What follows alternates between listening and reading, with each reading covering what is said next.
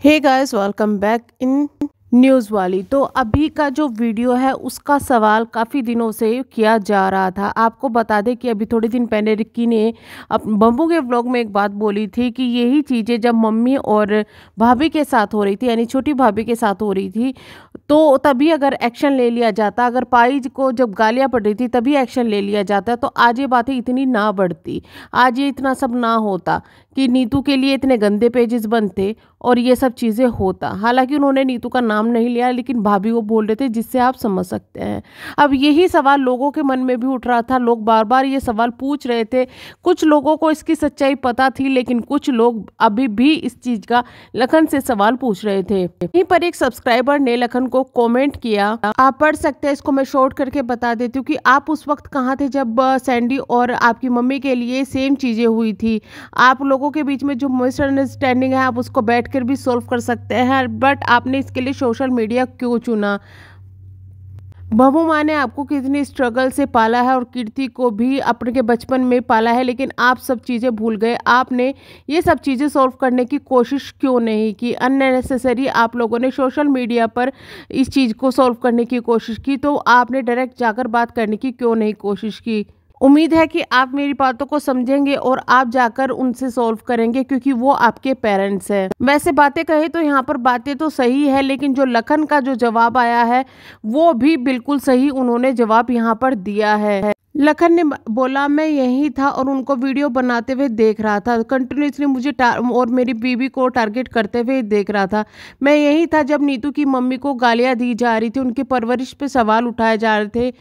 इधर ही था जब लोग प्रवचन दे रहे थे और वीडियो में सिर्फ मुझे टारगेट कर देते थे। इधर ही था मैं जब सोशल मीडिया पर मुझे बद्दुआ दी जा रही थी, मुझे सत्यानाश होने के लिए बोला जा रहा था और मुझे औलाद नसीब ना हो, ऐसी चीज़ें बोली जा रही थी। इधर ही था जब नीतू को दूसरी बहू के कंपैरिजन करके सोशल मीडिया पर नीचे दिखाया जा रहा था। इधर ही था जब मेरी बहन को बैंक करप्ट बोला जा रहा था। इधर ही था जब मेरे सब्सक्राइबर को पेड कमेंट करने वाला और गुलाम बोला जा रहा था। इधर ही था मैं जब नीतू को सपोर्ट करने वाले को पहाड़ी टट्टू बोला जा रहा था। और आप जानते हैं मैं चुप था और लोगों को गिरते हुए देख रहा था। इधर ही था जब लोगों ने मुंबई जाकर चिंदू चोर यानी कि वीके को उनके साथ वीडियो बनाकर मुझे टोंट कसा था। इधर ही था मैं जब सब चीज़ें हो रही थी, मैं शांत था, जानता बोल रही थी, आज भी बोल रही है, मगर अब शांत नहीं रहूँगा।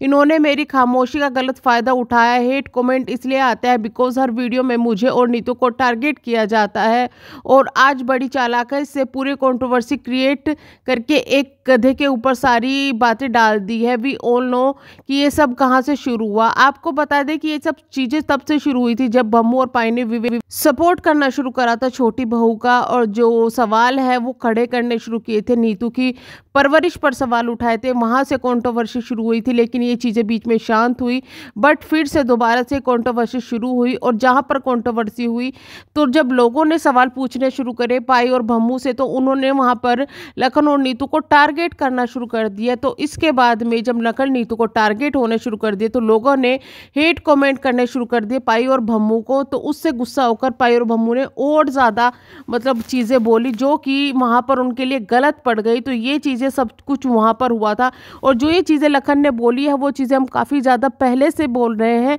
कि ये सब चीज़ें जो सोशल मीडिया पर उनके पेरेंट्स के द्वारा बोली गई है, जो की गई है, वो चीज़ें गलत है।